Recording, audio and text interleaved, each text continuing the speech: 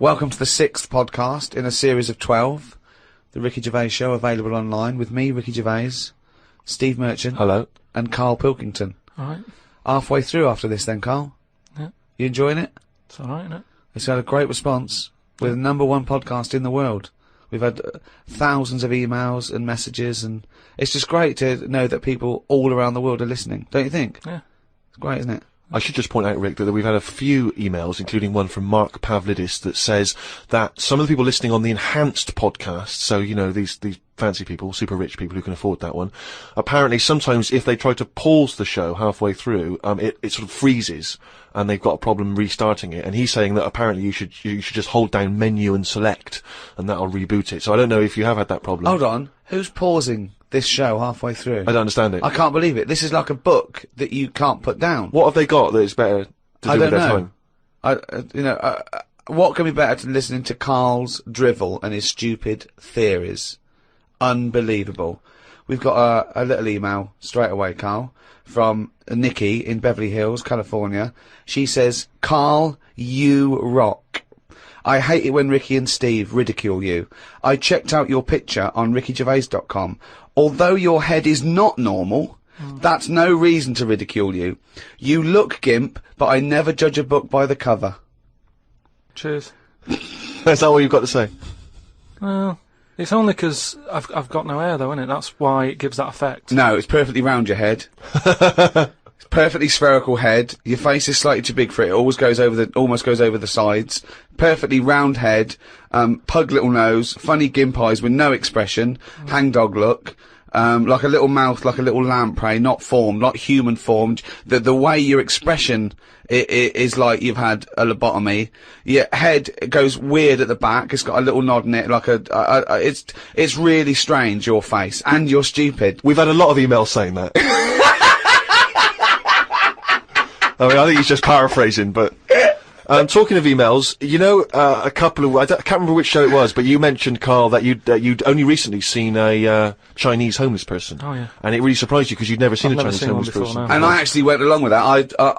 I've still never seen a Chinese homeless person. Well, that's, other than obviously people contributing monkey news, the search for Chinese homeless people has been overwhelming on the email. People are just, people are actually going out looking for Chinese homeless people. Now, I can just tell you now that there's a few responses from Los Angeles, people saying there are quite a lot of Chinese homeless people over there because apparently there's a huge homeless community in Los Angeles. So definitely if you want to see them, Carl, that's the place to go. But we've had one from Vancouver, Canada, from a girl called Amy, and Amy herself is Chinese, and she says that she realised herself that she'd never really seen a Chinese homeless person. And although she says that apparently Vancouver has the first or second largest Chinese population in Canada, she'd never seen them, and she actually went for a walk around the Chinatown in her area looking for them, and she could not find any on that particular day. So again, Canada obviously not a place to go for a Chinese homeless. It was just a point, though. I don't want people sort of... Well, hold on, though. Wait, I'll stop you there. Hello, Ricky, Steve and Carl. I live in New York City and have seen a Chinese homeless person. Not only is he Chinese, but he is also a midget. He's been living on the streets for the last 30 years.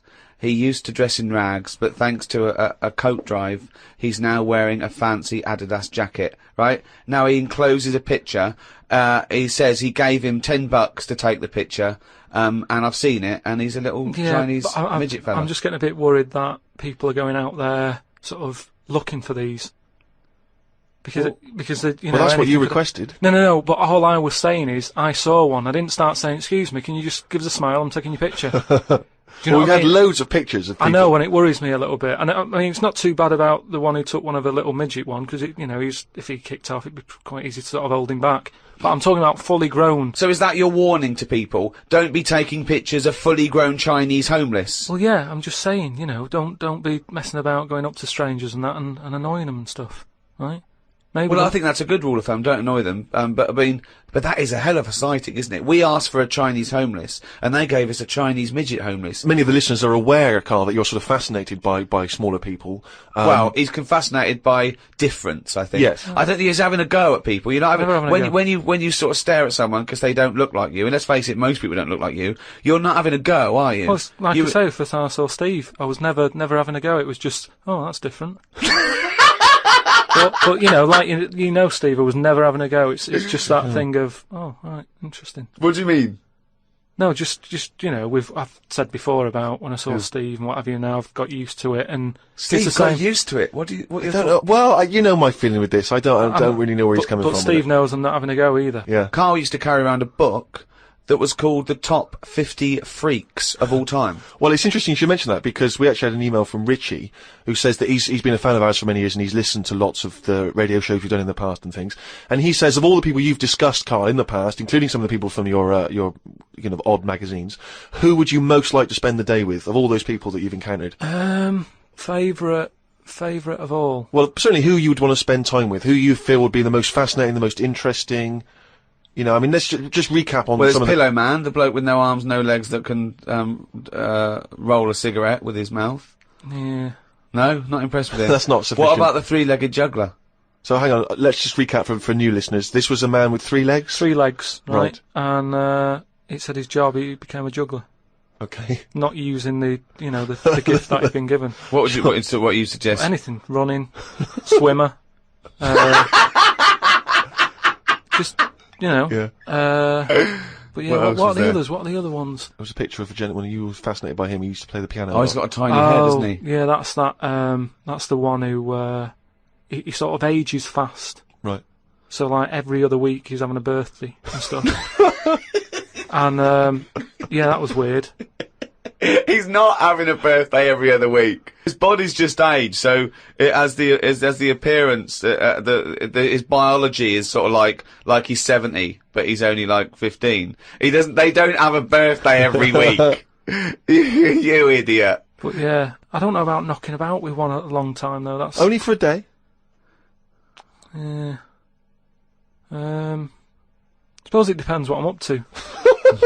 Because if we're going out and about, the Pillow Man would just be a bit of a drag. Whereas if you're going for a walk across, the 3-legged guy, ideal. So yeah. The Ricky Gervais Show on Guardian Unlimited. Lots and lots of people emailing just with questions for Carl. People just want to get his opinion on stuff.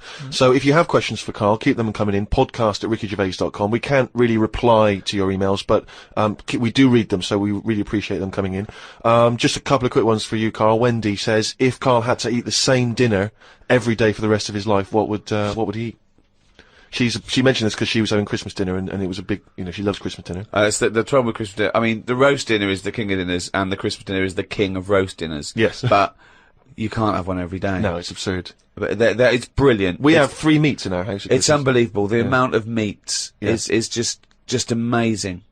It's just a plate of meat. It's just meat. With one Brussels sprout, one token Brussels sprout and the gravy. Oh. You see, it depends, doesn't it? I mainly eat just so I keep going. I'm not that bothered about, because I don't really taste it anyway. I just shove it down. You're like you're like a horse. But at what point did it become important that things were sort of, seasoned or garnished to go with it and stuff? At the end of the day, we're all eating, aren't we? So you can move about and that, and you've got energy. Well, we need to know what we're tasting, don't we? Because we need to have certain things. We need sugar, we need salt. So we need to know what they taste like to know we're getting them. No, but now we've got chefs, so leave that up to them to make sure we're getting I thought you were salt. talking about an evolutionary standpoint and how it evolved, not there was a little Do you chef. think that's likely? No, but leave it for them to make sure, we're getting safe food. I mean, to be honest, it annoys me the way people worry about food now and how there's so much to choose from. I think it's got out of hand. I'll watch... Any form of choice really worries you, doesn't it? No, you don't like choice. No, choice is good, but not too much. It's like with anything now, if you go into a toffee shop, there's like loads of different... Where are you going to find a toffee shop? You're in a fairy tale. Yeah. You're in a Dickens tale in the 19th century. You're in Shrek. And you go into a toffee shop. What's your point? You go into a toffee shop. What I'm saying, you go into a shop full of toffees. You just come from the candlestick maker. Right? you go in God. there and there's just too much choice. It's like, what, and I can stand there up to like 4 minutes, sort of going. Up to 4 minutes. So specific. 4 minutes. So he's in a toffee shop in a top hat. Well, he's only got 4 minutes. He's only got 4 minutes because he's got to get down to the pea green boat that he's sailing off in. No, Good but, morrow. well, forget the toffees. Can I have some of your finest Oxfordshire toffees? So you'd prefer it was just one selection of toffee, that's all they've got? Well, maybe 2. What I'm saying is, right, there's now too much choice. Whenever you get a menu in a restaurant, it's not like you don't just go, oh, right, what is there? Yeah, I'll have that. There's too much. It's like a book now, isn't it? And you look at it all. And then you've got to that point now that people are even taking a risk when they're eating. What do you mean? You know, in Japan or China or something, they're eating that fish that if it's not cooked right, it can kill you, right? Yeah. Not worth the risk when there's so many other fish. Yeah, I agree. Why Have are mackerel, have a bit of cod or whatever. Yeah, As soon as there's a risk, yeah. take it off. Take it off I the menu. agree. I totally agree. Not worth it. We've got a fish that might or might not kill you. Well, is there anything that definitely won't kill you? Yeah, but a chicken won't kill you. I'll play safe then, I'll have that. I love that. I love the chicken. That's what I'm saying. The Ricky Gervais Show on Guardian Unlimited. But anyway, we were talking about sayings and that. Right?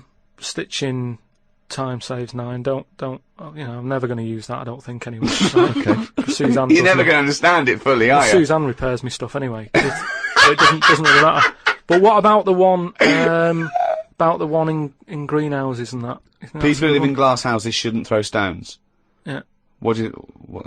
Does that confuse you? You've never understood that one? No, that's a lot clearer, isn't it? It's sort of saying, don't be chucking stuff about if you're surrounded by glass and what have you. Yeah, but don't forget, it's an analogy, it's a metaphor, it's not to be taken literally. It's not really just talking to people who live in glass houses. It's saying, Hang on, sorry, before you say that, Rick, I'm intrigued to know if he's fully got to grips with this. Just Okay. give us your explanation again of what you'd take that to mean. Well, just don't be chucking stuff about. Really? so, well, if that was it, they just say that. No, but that saying's been around a lot longer than we think. That's when people probably did live in basic glass houses and stuff. No, whoa, what they mean now. Who has ever lived in a glass house? So cavemen went from rock to a nice crystal structure, did they? What are you talking about? When did people live in glass Well, no, houses? what they mean now, when that saying's used now, they mean sort of, you know, plasma tellies, ornaments. No, they don't. They're saying don't chuck stuff about because No, you'll break it. no, it's not about damaging your own property. They don't mean you're inside the glass house throwing rocks inside your own glass It's house. a metaphor. It means don't be having a go at people if you yourself have got more to lose. Do you know what I mean? It means it could be anything. Don't start a war where you could come off bad as well. It's about how fragile your situation is. If you live in a glass house, metaphorically, don't throw stones at someone else, because when he throws it back at you, your house is more easily damaged than his. Again, metaphorically. It doesn't mean that if you're living in a glass house or in a house with other precious objects, you don't, in your own home, throw bricks about. Because that would be a very specific audience that I was trying to reach, that phrase. I mean, let's be honest, what kind of a mental Do you know case? what? I think we've got the crux to this, right? I think I can answer. Right. Carl, what is an analogy? It's sort of like a little story told quickly. Isn't it? It's a little story told quickly. To what end? Well, it depends what the story is. Okay. Depends. Give me an analogy. Well, for me, I thought a one with the greenhouse. Yeah. Right? It's a greenhouse. Before it was just a glass house. Yeah. All right, then a glass house. Okay. Right. What I mean is that glass house is metaphorical. It's about the fragility of your situation as compared to your aggression or your... You see, I just prefer sort of, you know, what you say is what you mean. So people who live in a glass house have to answer the door. I don't know what that means. I don't know what that means. I mean, Because you may be a genius, because I don't get that. People who live in glass houses have to answer the door. Okay, let's hear his explanation. Because the people knocking at the door will be able to see you because it's a glass house. But what? But you literally mean it, don't you? There's no analogy there or metaphor for you. You literally mean if you live in a glass house and go someone onto the knocks the door. door. So there's no hidden meaning there, is there? Well, Couldn't normally, that also, but you have to add a number of other things, other caveats. Surely, if you live in a glass house, don't walk around naked. yeah. If you live in a, These are literal. See, if you could actually make that into quite a nice saying there, because if that meant, if someone said that to me and they weren't a shaved chimp, right? If they said people who live in glass houses have to answer the door, I think that means, oh, yeah, it means that there are no secrets. You can't hide behind anything. If you're very open, if you've chosen to be totally open all the time, you can't go back on it. So people, if you wear everything on your sleeve, if you shout around and you tell the truth, and you can't go back on it. They can see through you. It can mean that as well, yeah. Oh, okay. oh, that's handy. But just the idea that in your head, there should be sayings for people who live in glass houses. Who is it that's living in a glass house? Well, I'm not talking about them. It's just that if everyone else is bringing up about these people who are living in glass houses, let's get to the real problems they've got. He still hasn't got to grips with the idea of the metaphor or the simile. People who live in glass houses should live near a glazier. Right. Well, here's another saying, right, that I learnt recently from a mate, right? Oh, there's an elephant in the room. Okay, I haven't heard that one, but explain it to me. It's like when something's going on in a room, right, but no one's mentioning it because everyone's a bit too sort of. But in a way, it's better that it's out. It's like how whenever we go out for something to eat or a drink or something, it's normally after about 5 minutes the sort of topic gets onto the shape of my head. Yeah. Well, Right. I can't resist the shape of your head. Right, so you're happy It's not talking just the about it. shape, though, is it? It's the state of it as No, well. but what outside and in. But- I mean, it's a fascinating little objet d'art. His head. but what I'm it's perfectly round. It's got no hair where it should have. And it's hollow. The features are slightly too small for the face. Yeah, No. unbelievable. No, but what I'm saying is, it's interesting how, like, I'm the elephant in the room, right? Nobody's talking about it. You mention it once, suddenly it's the talk of the town. It's what I mean. Everybody starts joining in, going, well, yeah, it is round, but it does suit you. And these are people who I don't even know sometimes, and they're all dipping in. And that is an elephant in the room. So you don't want people to discuss the shape of your head or the lack of hair. You would feel better. You would feel happier that they didn't mention that. Sometimes I think it's better that it's out there. It's made me a stronger person, though. It's the same way, we were talking about religion and that. Samson Delilah, Yeah. he got weaker without hair. Whereas with me, I think it's made me stronger. Because, it's almost like it's treated like a disability. Everybody's sort of mentioning it and talking about it. What's it like having a bald head? And, you know what I mean? So it's made me stronger. But would you ever wear a wig? Not really. What I was mean, a long wig like Samson? well, the only time I wanted a wig was when I did jury duty once, wasn't it? And it was annoying that I was sat on the jury right in front of, like, these criminals, right? Everybody else has got disguises. The judges have them wigs on, right? That's not It is a disguises! that's a disguise. That's why judges wear them, right? So No! Well, then why did they print their name in the paper and have a picture? What do you mean it's a disguise? it's a disguise, isn't it? No! If it was a disguise, they'd go in with one of those glasses with a nose and the beard attached if it was a disguise. All judges would look like Groucho Marx if it was a disguise. Well, I'm just saying that's what annoyed me when I was sat there on the front row, right? I couldn't have been any closer to the criminals, right? I was sat there and I thought, why didn't I just pop a little wig on or a pair of glasses? I'd love to have seen you in the front row at Crown Court. No, I'd because love to see it because in this country you're not allowed to show pictures of jurors. You can't take photos in a courtroom, so there's always these sketch artists that draw drawings, and it's on the news. The idea that we'd have seen 11 people and a sort of Krusty the Clown figure would have been amazing. Yeah, I would love to see the artist do an interview, because it would be like complicated people. Oh, hey, he looks characterful, and then just a little round head. Charlie Brown. Charlie Brown sitting on the end.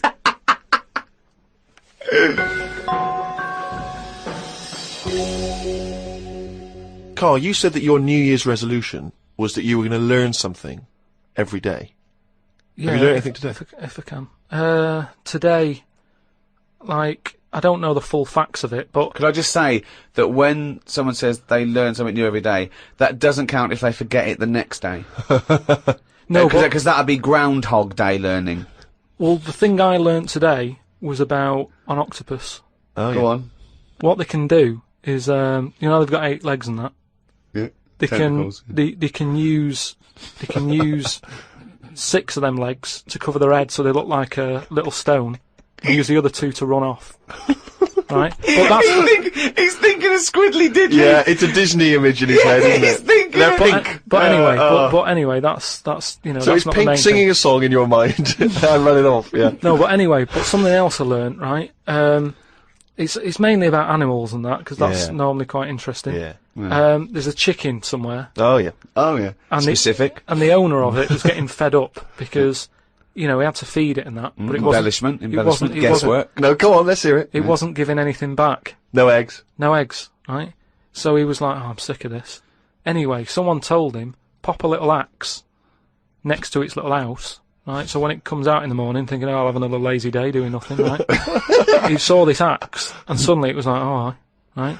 I'm for the chocolate thought, yeah. It laid about 6 eggs. It's rubbish. Through Squeeze them worry. out. It's super rubbish. quick. The chicken wouldn't recognise an axe as a threat. It wouldn't be able to reason that, I better start working, or I'll be meat. I better start. It's absolute rubbish. Once again, it's this ridiculous thing you got that one personifying animals to reasoning powers better than yours. I mean, I think, you know, you make chickens and monkeys cleverer than you in your stories, which is weird, okay? It didn't happen and wouldn't work. Next! What else haven't you learnt today? No, well, as always, things like that always get me thinking. What right? else haven't you learnt today? Hang on, Carl? he's got his mind's working now. This Go apparently on. has got his Yeah, mind so that's working. rubbish. Well, do you think then that it's worth looking after animals then if there isn't any memory? If they don't know what's happening anyway, you're always going on about don't be cruel to things. Yeah, why would you be cruel? There's one thing about imagining chickens can reason, and because they can't, being cruel to them. Why does it matter whether an animal can reason or not for you not to be cruel to it? The reason I don't like blood sports isn't the fact that there's a fox missing. It's the psychology of the people that get off on seeing an animal ripped to pieces. They wouldn't like it if it was a robot. They wouldn't care. For some reason, in their psychology, they like this sport. Why does it have to be a sport? They're not culling. They're not putting things down for a good. They like to see this fox ripped apart or a bull tortured for their own pleasure. That's why it shouldn't do. Why would you ever want to be cruel to an animal, whether it can reason or not? No. I mean, I don't mean really cruel, but I mean like there's an advert on that's on in the, you know, in Britain, advertising some supermarket, right? And it's saying, you know, we look at before, you know, we kill our chickens and what have you. They have a great life. This is like the voiceover, and you see Happy Chicken. Yeah. And it's going, we give it a good little house to live in. It's got straw. Yeah. It eats good. Yeah. And then we kill it. Right? Yes, but that's better, isn't it? Well, no, I don't think it is, though, is it? Because at the end of the day, if I was that chicken, right, I'm that chicken, loving my life. I can't believe me luck, right? Well, we'd be pleased, because at least he'd be able to do the show, and we'd have some interesting conversations. Yeah. So there it is, right, wandering about. It's got its nice little field that it's working on. Yeah. It's got its nice food and everything. But it's going to die. Yeah, we're all going to die. But then, if you were like a rubbish chicken, that had like a rubbish life, you'd be going, oh, kill me. Carl, they're not thinking what's going to happen tomorrow. They don't know that they're going to get for the chop, are they? A chicken's not going, I'm fed up with this. I can't wait for that axe to be used on my neck. Yeah. Well, that's another now you've mentioned the cutting off of an head, right? Yeah. On the chicken. That's something else I've learned, right? It's like a pinball is mine. Amazing. Isn't it? Ding dong, bong, dang, ding, ding, dong, dong. Oh, head, ding, ding, chicken, ding, ding, ding, ding, head off, bing, doing. No, right, but this was in a proper science magazine as well. Right? Yeah. So you can't have a go. This wasn't something on the internet. This was printed in a magazine. You read it. Okay, and what was it? And here comes the filter. It's going to come out nonsense. Right, well- you could have Professor Stephen Hawking sitting there whispering stuff in your ear, and it could all be true, but when you said it, gobbledygook. Well, let's see then. Let's see, right? What they've done another experiment, right? Yeah. They've cut somebody's head off, right? And you know how they used to do it in the olden days, where they'd put your head in a stock, cut it off for whatever reason, right? You've done something wrong, right? Yeah. And the question that everybody used to talk about in the village was, you know, oh, I made eye contact with it, right? And it was a bit worrying because he was looking at me and he looked fed up and that. No, it's dead. So they've put a bit of work into this, and they've done it again somewhere, right? And they've worked out that when the head comes off the body, it stays alive and that No. for 30 seconds. Well, no, they don't know that. They can never know that. No, they did it. They did this No. experiment. What's alive? The What's head. alive? But there's loads of issues here. One, no one's experimenting with human beings cutting their head off, Carl. Well, two, no. So you read this in what? Executioner's Monthly? This is in no, a two, proper- Carl, it's what your definition of alive is. Because you can be alive and have no conscience. No, but this is where it gets weird, right? Yeah, I haven't told you that. this is where it gets weird. You talking about it. So the head's off, right? Yeah. And what they did was they chucked a load of questions at it. All sanctioned by the government. Yeah, this is all fine. So the head lands perfectly on the neck and goes, what do you want to know? And it said So they're asking questions, and it's going, do you know what? To be quite honest, I don't answer your question. I'm a little bit annoyed about the execution still. well, that was the interesting thing. They said it's about No, it's not. It didn't happen, Carl. me hear it. Oh, don't talk. Let me shit. hear it. What are you talking about? There's people around in white coats going, quick, ask it a question. It's bleeding. right. So they said for about 25 to 30 seconds. The last 5 seconds, it is sort of like can't be bothered answering them. Right, but prior to that, But apart from that, they were chucking stuff. I don't think it spoke. I don't think it was like 2 and 2 4 and stuff. It was more. It was to do with blinking. so blink once if you say Oh, yes, yeah. blink twice. So it said, listen, when you die, you're probably not going to be able to talk because your jaw's going to be on the ground. You're not going to be able to open your mouth. If you do, you'll fall over backwards and hit your head. Now listen, blink 1 for yes and 2 for no. Yeah, right. Yeah, not too bad. Yeah, the act's nice and sharp. Yeah, Promise? you're You talking promise? shit again. You promise to do it? Yes. All Yeah, right. well, yeah. The thing is, they wouldn't be able to do it with you, because if they cut your head off, it would just roll. It would roll away, because it's perfectly spherical. They would go, oh no, there's Plus, no... Oh. it takes about 20 seconds whenever you ask Carl anything for the question to process and for him to start to formulate an answer. Anyway, if people listening and that, if they learn anything, that's amazing. Yeah. Just send it in because Because it'll come out gobbledygook when Carl tries to translate it. Interesting facts is what we're after then. Plus also, if you've got any questions for Carl, if you just want to see how his mind works, then you can get in touch with us. Or whether his mind works. Indeed, we've Any some proven doctors, that. psychologists out there. podcast@rickygervais.com. That's how to get in touch.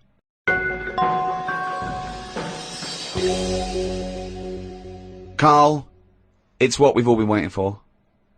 Oh, chimpanzee that monkey news. Right, well, this one sent in from Sam in New York, right?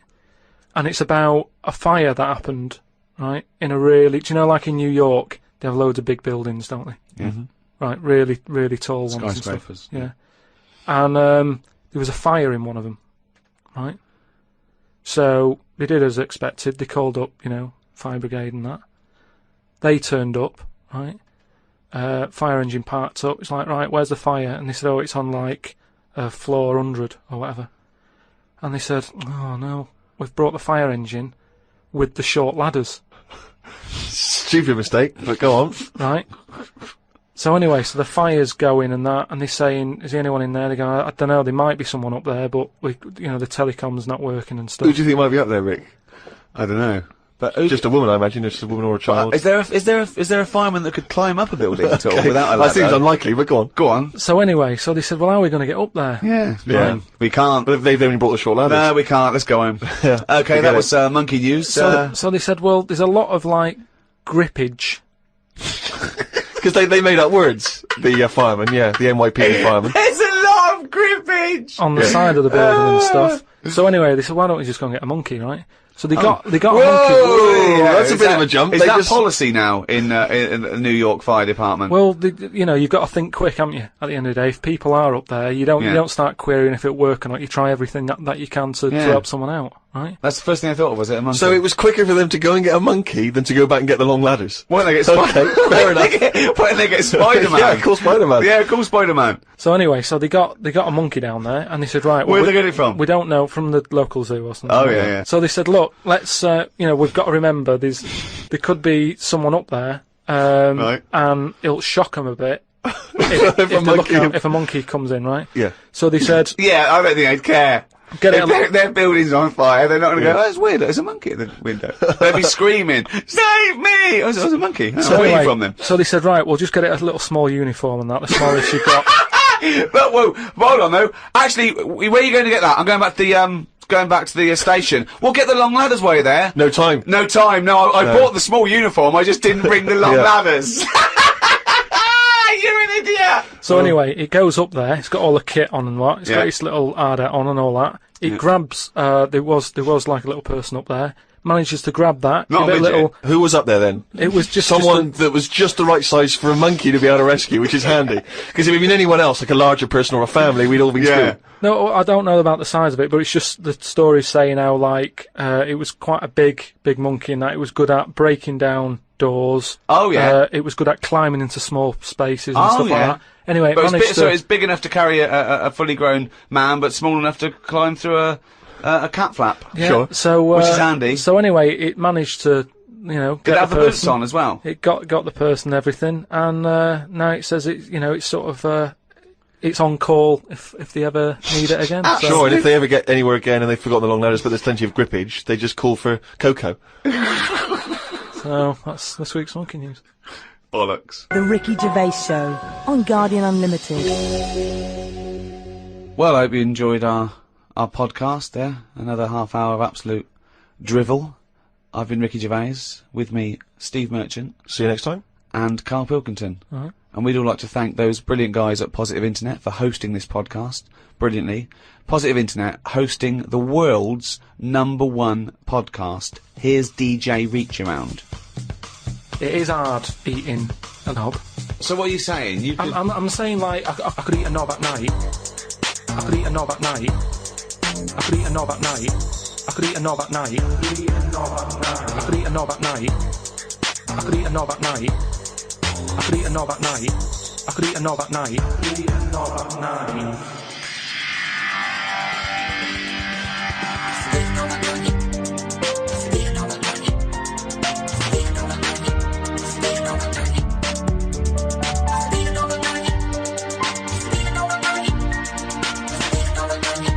I could eat a knob at night.